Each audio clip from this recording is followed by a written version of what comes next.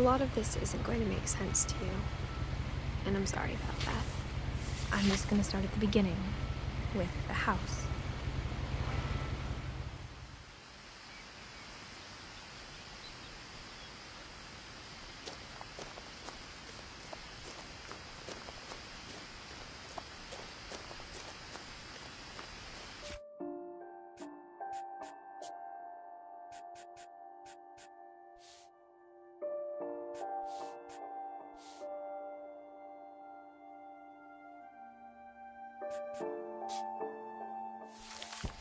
I lived here until I was 11, but I wasn't allowed inside half the rooms.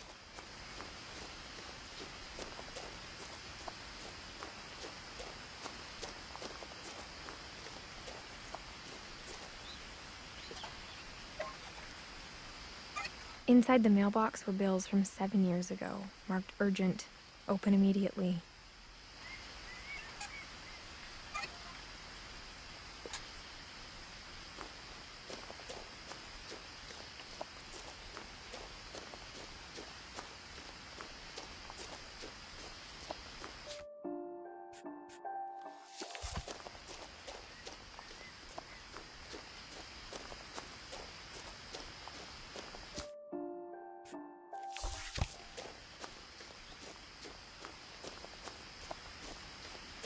Someone had put up a chain-link fence, but it looked like I wasn't the first person to hop it.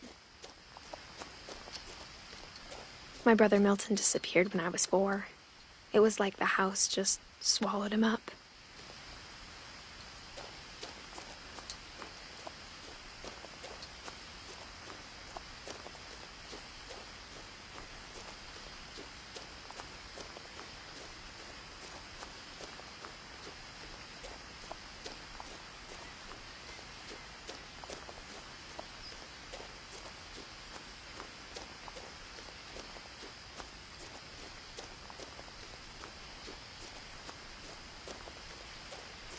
I hadn't been back since my brother Lewis's funeral.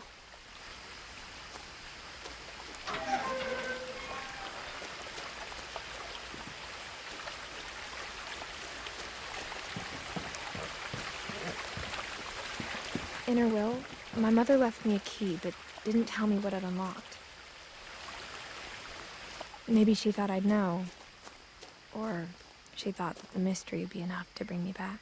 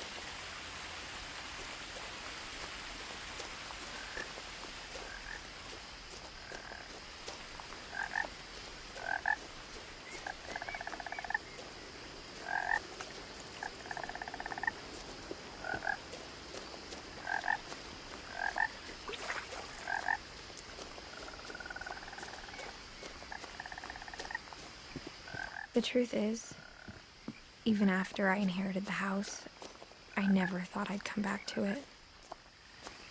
But now I had questions about my family that only the house knew the answers to.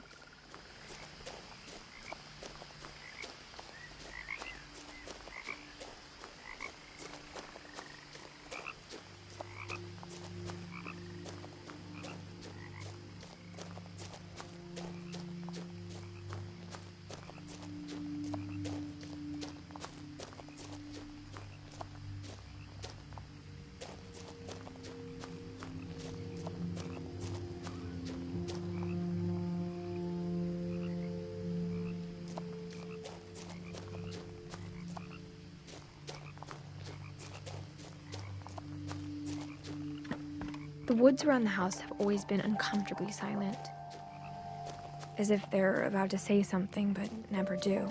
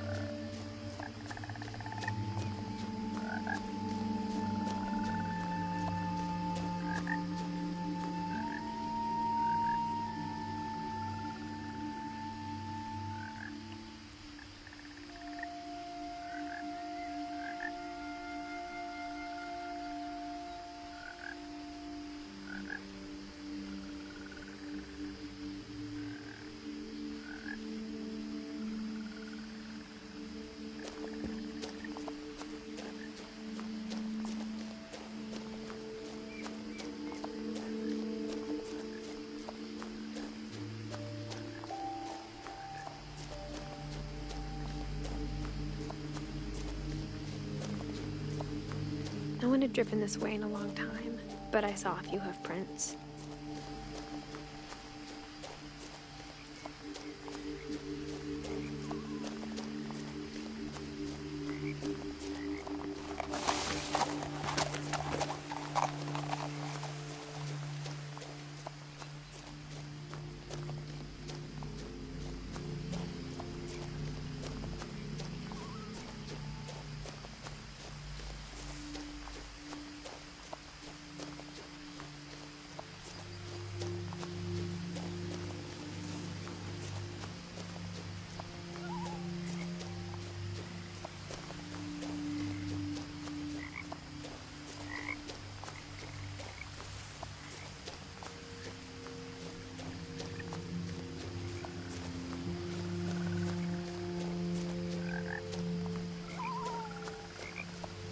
The house was exactly like I remembered it, the way I'd been dreaming about it.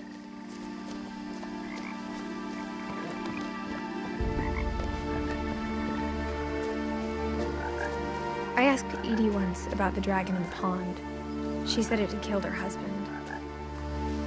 I was 6. It seemed like an odd joke to me even then.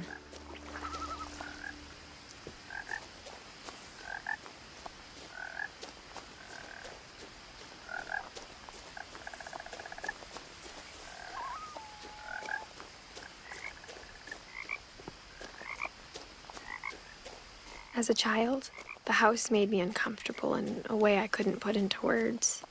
Now, as a 17-year-old, I knew exactly what those words were. I was afraid of the house.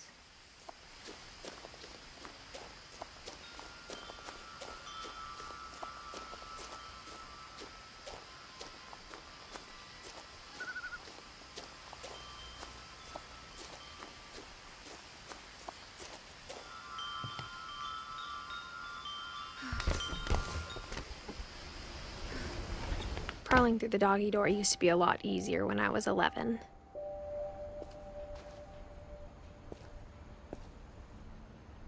The power had been turned off the night we left.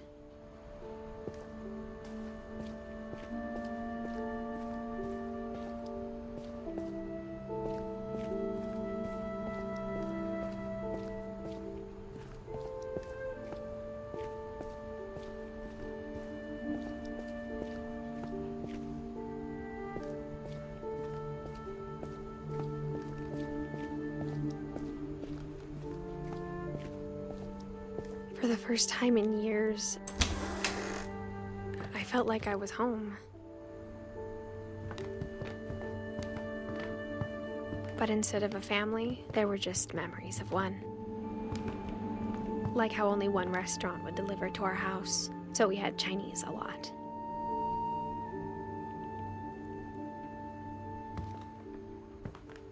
Or how after Louis started working at the cannery, we all got sick of eating salmon. Except our cat, Molly.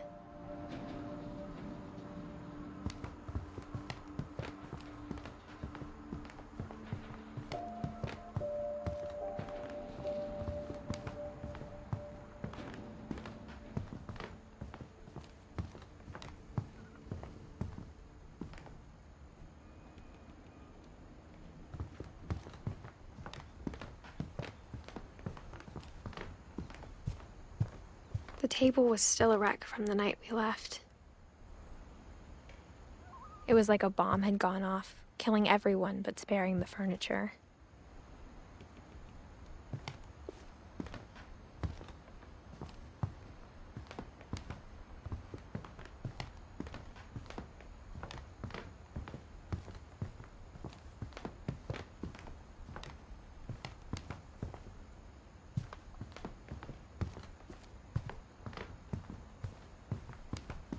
My mom was the only one of us who could imagine Great-Grandma Edie living in a nursing home.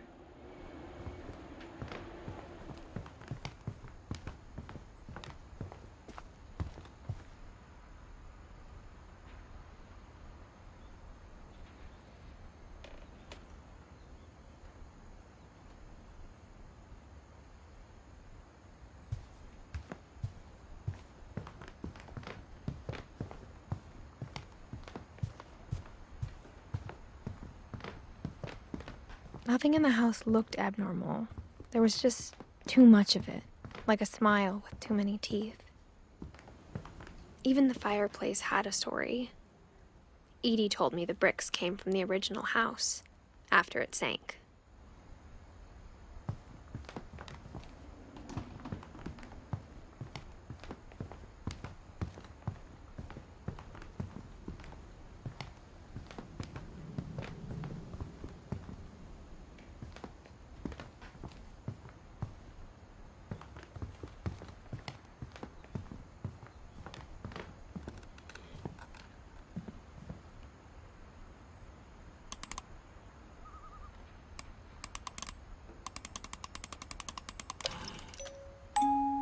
Great-Grandpa Sven built a music box for Barbara, along with the rest of the house. Mom always told me to stay out of the basement, so I wasn't too surprised when the key didn't fit.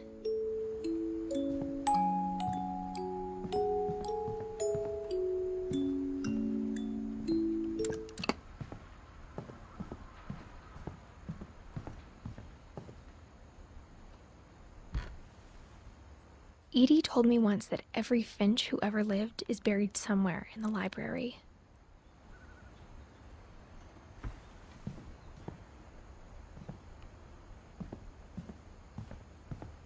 A lot of things got left behind in the whirlwind of that last night. My mom wasn't much of an optimist, but she never stopped believing that my brother Milton was alive.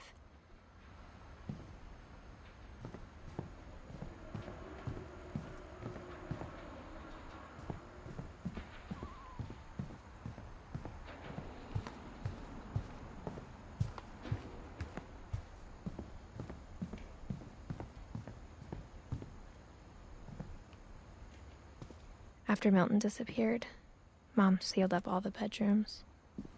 Then Edie retaliated and drilled peepholes.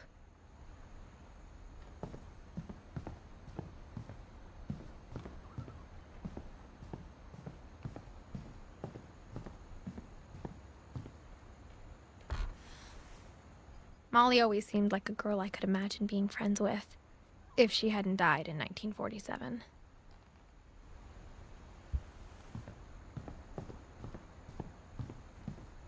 I spent a lot of time playing in Great Uncle Walter's room.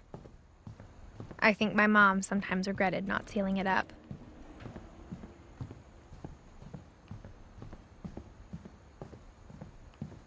Lewis told me there were secret passages, but I never believed him.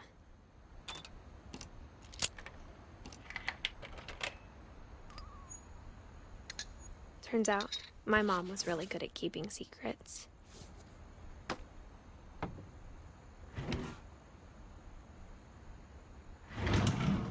Now it was time to find out what my mom had been afraid of.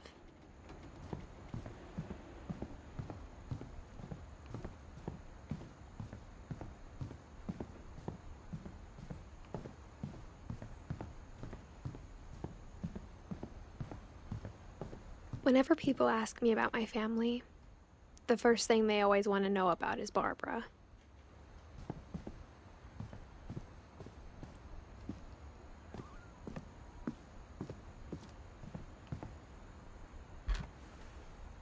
Barbara was a child star for 2 years, until America grew out of it.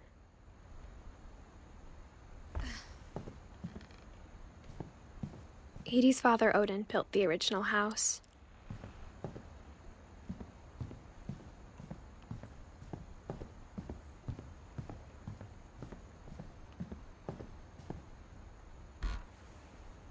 As a kid, I just assumed every house had peepholes and sealed rooms you weren't allowed inside of.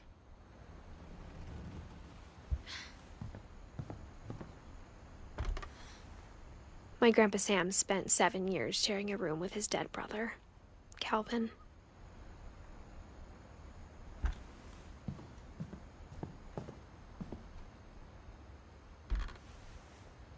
The last time I was in Edith Sr.'s room, I was 10 and she was painting my portrait.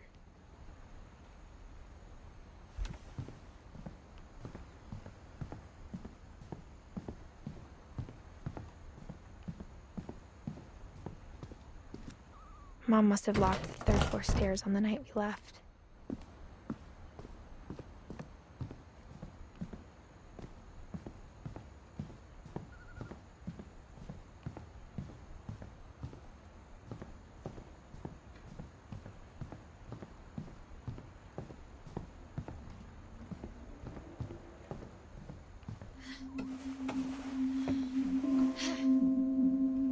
Reading this, maybe it sounds like I had a plan.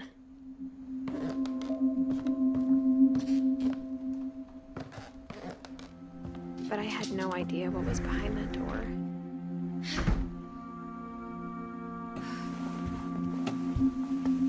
Just like I had no idea where all this was gonna lead. I grew up Molly's gerbil had a tiny bedroom with its own even tinier gerbil cage. Being inside for the first time, I felt like I'd stepped behind a painting.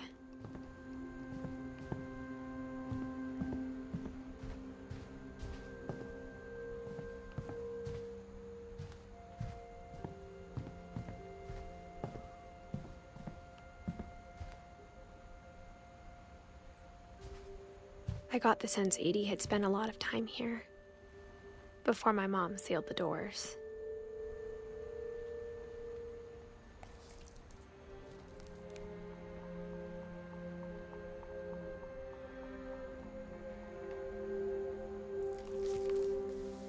December 13th, 1947. Dear Diary, I'll be gone soon, but I wanted to tell somebody about what's gonna happen. It started when Mom sent me to bed without dinner. I woke up and I was starving, so I looked around for something to eat.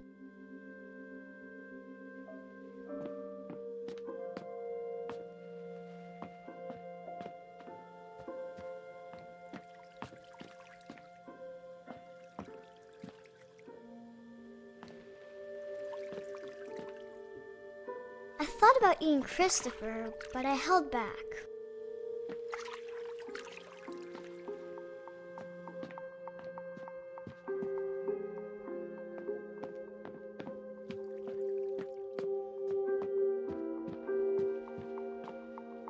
The gerbil food was dry, but I didn't mind it.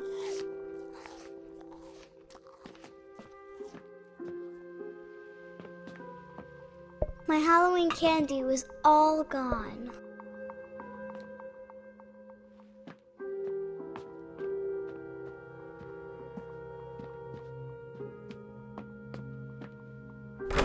Mom, can I come out now?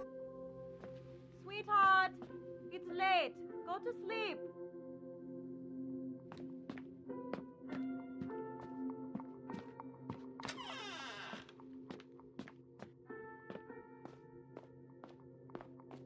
I kept eating and eating.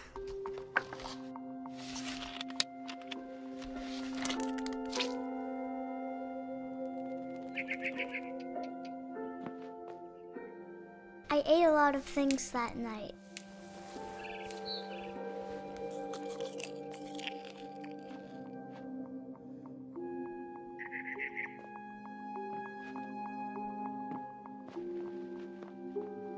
Then I heard chirping outside my window.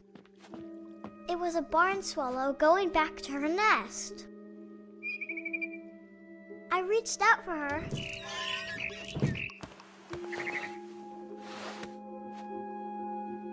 And suddenly, I was a cat.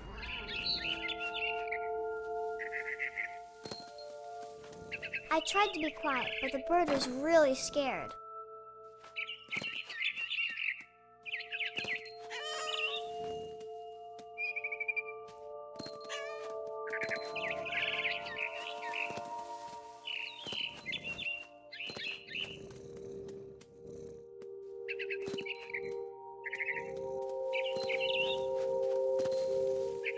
I jumped and I almost got her.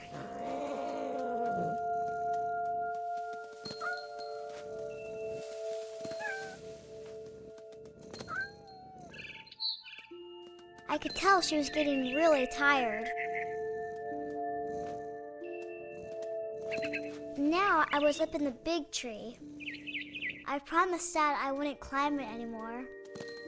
All I cared about was eating that mama bird.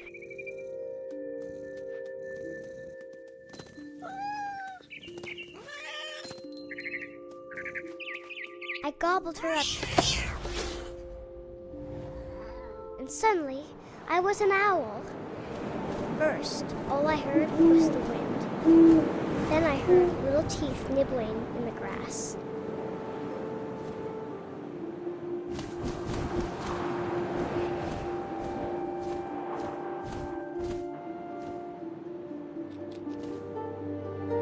Rabbits.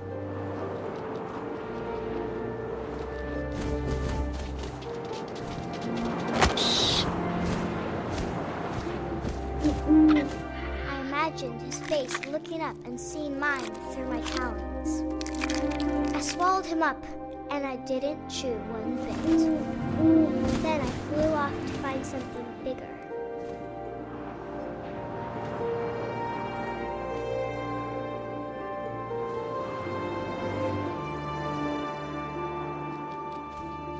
A mama rabbit.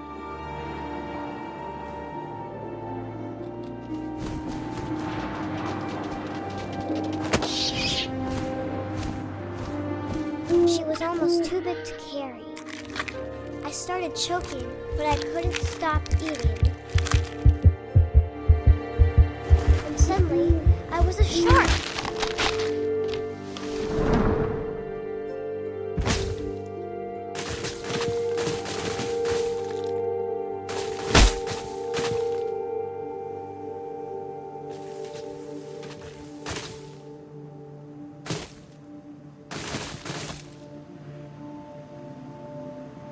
I rolled off a cliff and into the ocean.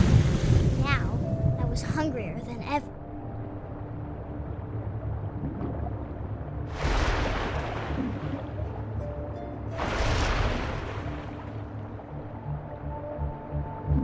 I wanted fat, juicy seals.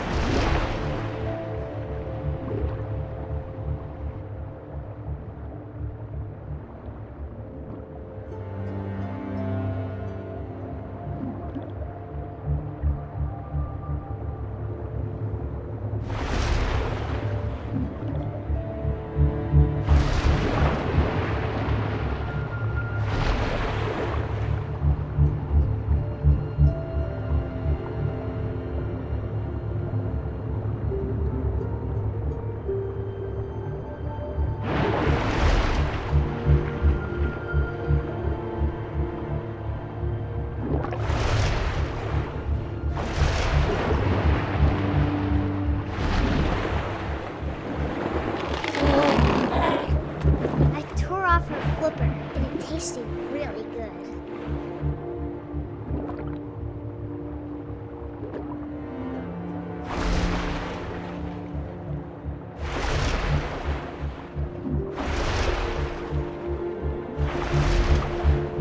I grabbed on tight, but I was so hungry, I jumped out of the water.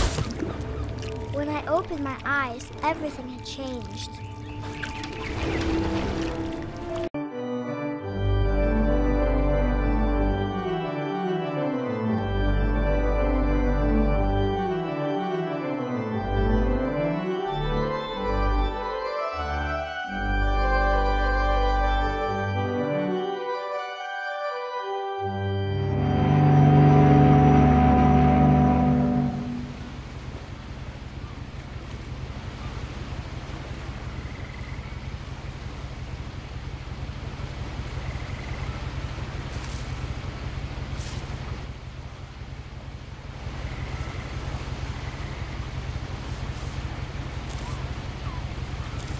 A lot of this isn't going to make sense to you, and I'm sorry about that.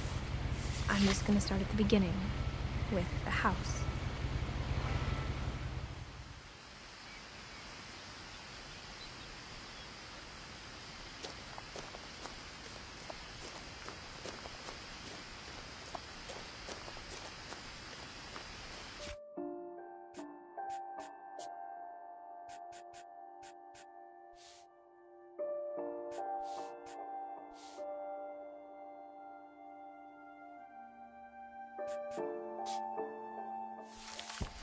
I lived here until I was 11, but I wasn't allowed inside half the rooms.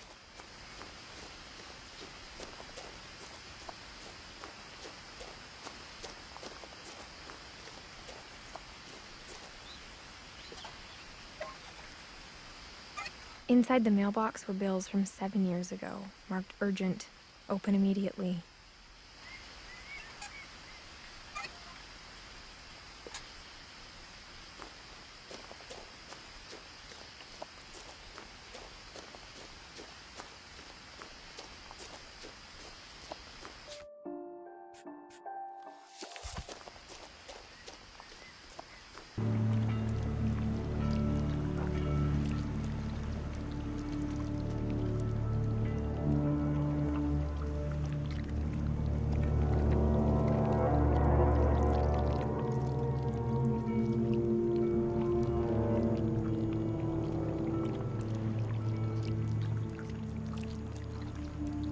I got closer and closer.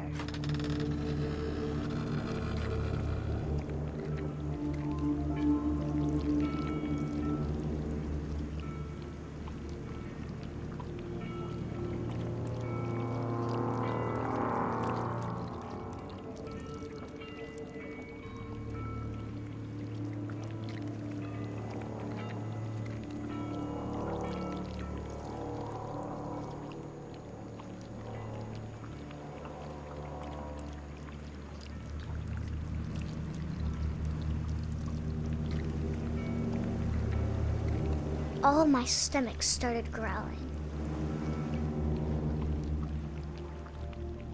And suddenly, I was me again. I held my breath for a long time, but I couldn't hear anything. I think it's waiting for me to fall asleep. But it's not going to wait much longer. It needs to feed, and we both know I will be delicious.